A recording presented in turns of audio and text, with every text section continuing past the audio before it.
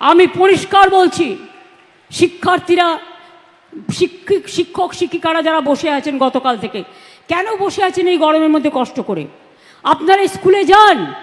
আমি তো আপনাদের বলেছি, সুপ্রিম কোর্টে আপনাদের টাকা বন্ধ করে দিয়েছিল, চাকরি বাতিল করে দিয়েছিল, কিন্তু আমরা তো রিভিউ পিটিশন করেছিলাম এবং তাতে তো আমরা বলেছি যে আপনারা মাইনে পাবেন এবং সিস্টেম অনুযায়ী মাইনে আপনাদের কাছে চলে যাবে। এর জন্য কারো প্ররোচনা দেওয়ার দরকার নেই, দাঙ্গা করার দরকার নেই, উত্তেজনা করবার দরকার নেই। আপনারা নিশ্চিন্তে স্কুলে গিয়ে ক্লাস করুন, আপনাদের মাইনে নিয়ে ভাবতে হবে না। আইনের মধ্যে থেকেই রাজ্য সরকার আপনাদের কাজ করে দেবে।